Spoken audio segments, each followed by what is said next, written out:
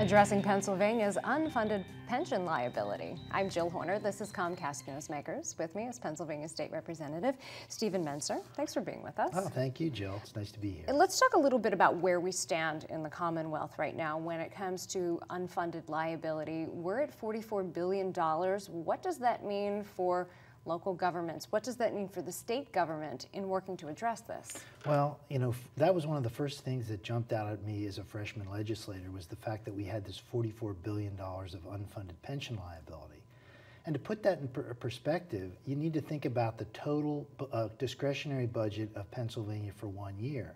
In this current budget, it'll be about $28.5 billion.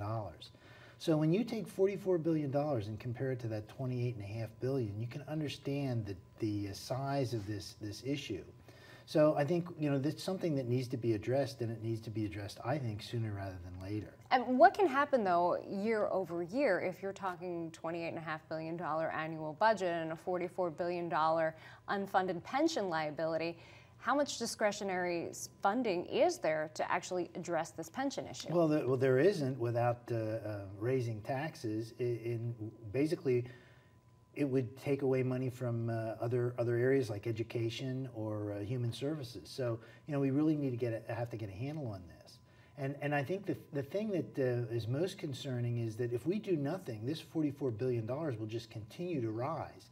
And you know, what we don't want is we don't want to have a problem with current retirees. We want to make sure that they maintain their benefits. And let's talk a little bit about some of the ideas, increasing the vesting period, changing the multiplier. Will this have an impact? Yeah, it definitely will. In fact, in 2011, under Act 120, some of that was already done for new hires. For instance, I, as a new legislator, must be working for Pennsylvania for 10 years before I'm eligible for any benefit. And my benefit is much reduced to those who are already in the system.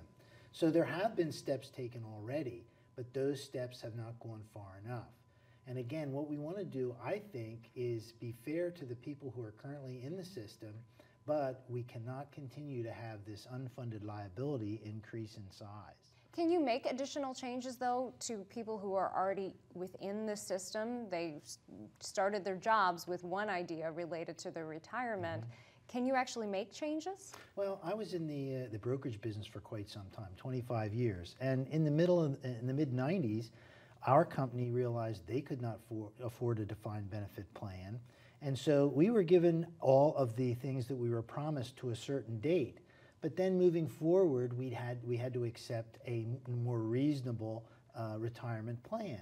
So I think a lot of citizens have had to deal with this, and now it's time for you know, public service employees to deal with this also. You know, I just feel as though we can all work together here, taxpayers, legislators, and public service employees, to try to make this a solid, well-funded plan. But it's going to take everybody working together. And you talked about not wanting to have an impact on current retirees, but you will make and have made changes for future hires. Correct.